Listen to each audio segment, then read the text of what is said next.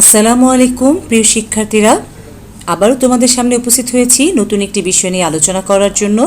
আমি Sohili Khanam, lecturer ICT department, national ideal college. আজকে আলোচনা করব চ্যাপ্টার 6-এর কোয়েরি এবং কোয়েরি ল্যাঙ্গুয়েজ নিয়ে।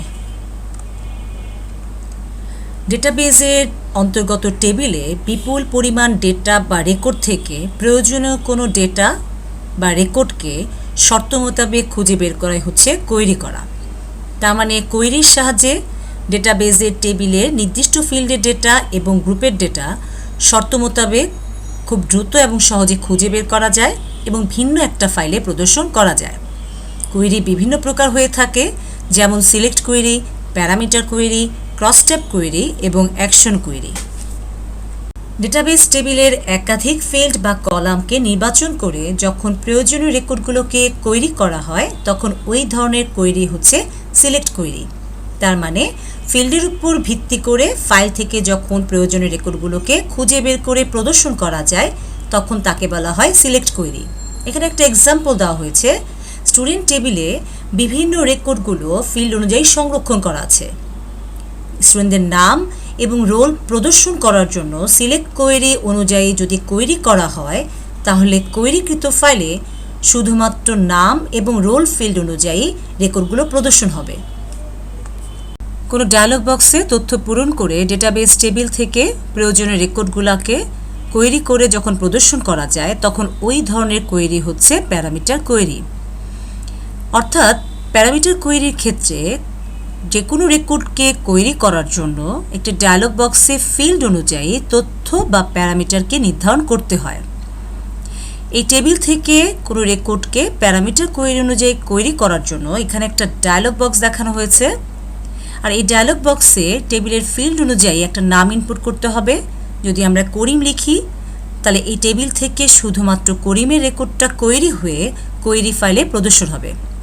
আর এভাবে কোয়েরি যখন করা হয় তখন সেটা হচ্ছে প্যারামিটার কোয়েরি। ডেটাবেজের বিপুল সংখ্যক ডেটা থেকে প্রয়োজনীয় ডেটাগুলোকে শর্ত আরোপ করে কোয়েরি করা এবং কোয়েরির ফলাফলকে সামারি আকারে প্রদর্শন করার জন্য যে কোয়েরি তাকেই বলা হয় ক্রস স্টেপ কোয়েরি। অর্থাৎ ডেটাবেজের কোয়েরি ফলাফলকে সামারি আকারে প্রদর্শন করার জন্যই ক্রস স্টেপ কোয়েরিকে ব্যবহার করা হয়।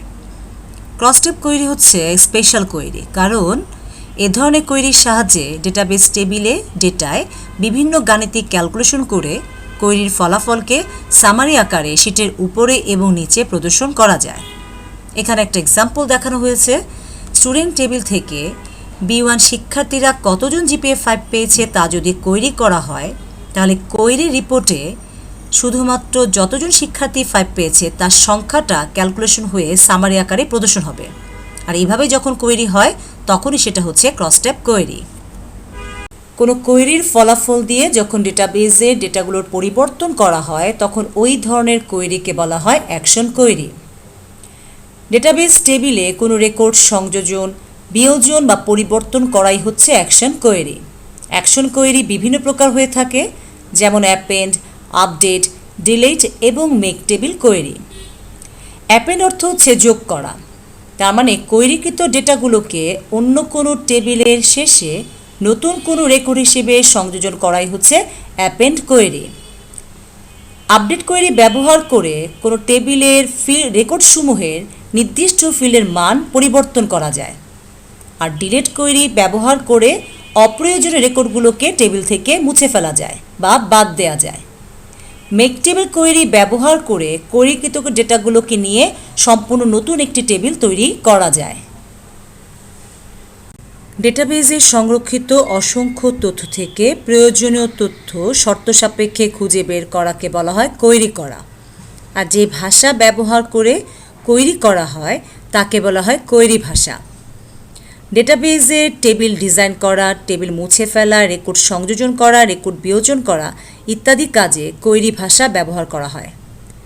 কোয়েরি ভাষা 3 প্রকার, যেমন QUEL, QBE এবং SQL। QUEL হচ্ছে কোয়েরি ল্যাঙ্গুয়েজ। কতগুলো স্টেটমেন্টের সমষ্টিকে QUEL বলা হয়। আর এই স্টেটমেন্টকে ব্যবহার করে সেট অপারেশনের মাধ্যমে ডেটাবেজ থেকে বিভিন্ন রেকর্ডগুলোকে কোয়েরি করা হয়। কিউবিই হচ্ছে কোয়েরি বাই এক্সাম্পল, অর্থাৎ স্টেটমেন্ট ব্যবহার করে একটি এক্সাম্পলের মধ্যে ব্যবহারকারী ডেটাবেস থেকে কী ধরনের তথ্য চায় তা উল্লেখ করে কোয়েরি করা হয়।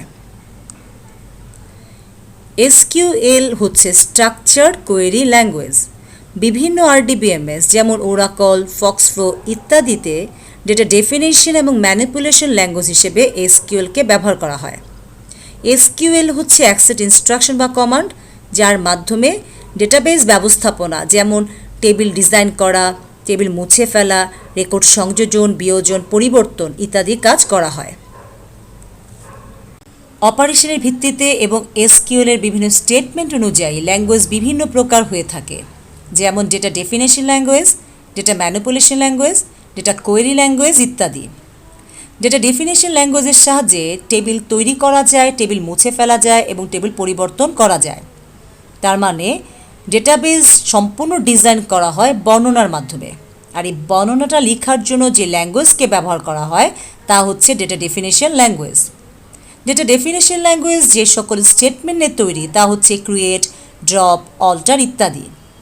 ক্রিয়েট স্টেটমেন্টকে ব্যবহার করা হয় নতুন কোনো টেবিল তৈরি করার জন্য বা ডিজাইন করার জন্য। তৈরিকৃত টেবিলটাকে মেমোরি থেকে মুছে ফেলার জন্য ড্রপ স্টেটমেন্টকে ব্যবহার করা হয়। আর টেবিলের কোনো একটা ফিল্ড যুক্ত করে বা কোনো একটা ফিল্ডকে বাদ দিয়ে অর্থাৎ টেবিলের স্ট্রাকচার পরিবর্তন করার জন্য অল্টার স্টেটমেন্টকে ব্যবহার করা হয়। ডেটাবেস তৈরি করার পর সংরক্ষিত ডেটাগুলোকে পরিচালনা এবং নিয়ন্ত্রণ করার জন্য যে ল্যাঙ্গুয়েজকে ব্যবহার করা হয়ে থাকে তা হচ্ছে ডেটা ম্যানিপুলেশন ল্যাঙ্গুয়েজ, অর্থাৎ ডেটা ম্যানিপুলেশন ল্যাঙ্গুয়েজ ব্যবহার করে সংরক্ষিত তথ্যগুলোকে ম্যানিপুলেট করা যায়। ডেটা ম্যানিপুলেশন ল্যাঙ্গুয়েজ যে সকল স্টেটমেন্টগুলো নিয়ে তৈরি তা হচ্ছে ইনসার্ট, আপডেট, ডিলিট ইত্যাদি। ইনসার্ট স্টেটমেন্টকে ব্যবহার করা হয় টেবিলের কোনো নতুন রেকর্ডকে সংযোজন করার জন্য। আপডেট স্টেটমেন্টকে ব্যবহার করে সংরক্ষিত কোনো একটা ফিল্ডের মানকে পরিবর্তন করা যায়। ডিলিট স্টেটমেন্ট ব্যবহার করে এক বা একাধিক রেকর্ডগুলোকে টেবিল থেকে মুছে ফেলা যায়। ডিকিউএল ব্যবহার করে ডেটাবেস টেবিল থেকে শর্ত সাপেক্ষে ডেটা খুঁজে বের করা যায় বা পুনরুদ্ধার করা যায়। তার মানে ডেটাবেস টেবিল থেকে কোনো রেকর্ডকে কোয়েরি করার জন্য ডেটা কোয়েরি ল্যাঙ্গুয়েজকে ব্যবহার করা হয়। ডেটা কোয়েরি ল্যাঙ্গুয়েজ যে সকল স্টেটমেন্ট নিয়ে গঠিত সেগুলো হচ্ছে সিলেক্ট, ফ্রম, হোয়ার ইত্যাদি। যে সকল ফিল্ড বা কলাম নির্বাচন করে রেকর্ড উত্তোলন বা খুঁজে বের করা হয় সেই সকল ফিল্ডের নাম সিলেক্ট স্টেটমেন্টের পরে লিখতে হয়। যে টেবিল থেকে আমরা রেকর্ডগুলো খুঁজে বের করতে যাচ্ছি সেই টেবিল বা ফাইলের নাম উল্লেখ করতে হয় ফ্রম স্টেটমেন্টের মধ্যে, আর যে শর্ত সাপেক্ষে আমরা রেকর্ডটা খুঁজে বের করব সেই শর্তটা উল্লেখ করতে হয় হোয়ার স্টেটমেন্টের মধ্যে। এখন আমরা কয়েকটি অনুধাবন কোশ্চেন নিয়ে আলোচনা করব। এসকিউএলকে ডেটাবেজের হাতিয়ার বলা হয় কেন? কারণ এসকিউএল হচ্ছে কোয়েরি ল্যাঙ্গুয়েজ, কিন্তু বর্তমানে সকল আরডিবিএমএস যেমন ফক্সফ্লো, ওরাকলে ডেটা ডেফিনেশন এবং ম্যানিপুলেশন ল্যাঙ্গুয়েজ হিসেবে এসকিউএলকে ব্যবহার করা হয়। তার মানে এসকিউএল দিয়ে শুধু কোয়েরি না, বিভিন্ন ধরনের রেকর্ড সংযোজন, বিয়োজন এবং টেবিল ডিজাইনের কাজেও ব্যবহার করা হয়ে থাকে। ডিডিএল এবং ডিএমএল এর পার্থক্য আমি অলরেডি আলোচনা করেছি, আশা করি পারবে। সিলেক্ট ফ্রম, হোয়ার কমান্ডগুলো ব্যাখ্যা করো, এটা আমি আলোচনা করেছি। ক্রস স্টেপ কোয়েরি বলতে কী বুঝো যদি লেকচারটা শুনে থাকো এটাও পারবে। ডেটাবেস কোয়েরির প্রয়োজনীয়তা ব্যাখ্যা করো, অর্থাৎ কোয়েরি হচ্ছে এক ধরনের প্রক্রিয়া যার সাহায্যে ডেটাবেস থেকে প্রয়োজনীয় রেকর্ডগুলো খুঁজে বের করা যায়। তাহলে ডেটাবেসে অসংখ্য তথ্য থেকে প্রয়োজনীয় রেকর্ড খুঁজে বের করে প্রদর্শন করা এবং ব্যবহার করা, যে কোনো রেকর্ডকে সংযোজন, বিয়োজন করা, প্রত্যেক কাজেই যে করা হয় কোয়েরির মাধ্যমে। আশা করি যে টপিকগুলো নিয়ে আলোচনা করেছি বুঝতে পেরেছ। আজকে এই পর্যন্তই। আল্লাহ হাফেজ।